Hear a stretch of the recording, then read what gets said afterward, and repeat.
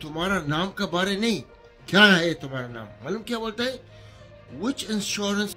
मेरे प्यारे भाई लोग, मेरे प्यारे बहन लोग, मेरे प्यारे दुश्मन लोग भी, आजकल हम देखते हैं ये जो हॉस्पिटल होता है, क्लिनिक होता है, एक धंधा बन गया, एक बिजनेस बन गया।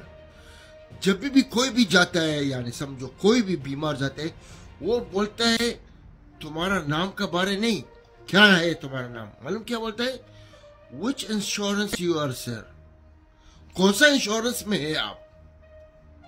कौन सा इंश्योरेंस आपका पास है?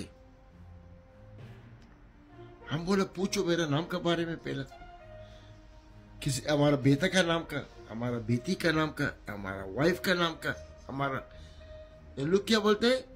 तुम्हारा इंश्योरेंस कौन सा है?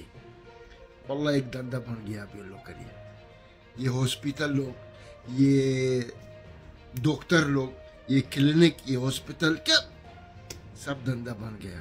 अस्तगफुरुल्लाह अज़ीम। अभी सिर्फ तो सिर्फ इन लोग बोलते हैं तुम्हारा इंश्योरेंस किधर से। क्यों? इन लोग तुम्हारा सहीयत नहीं मानते, इन लोग ये मानते हैं हस्बी अल्लाह व निअमल वकील, हस्बी अल्लाह व निअमल वकील।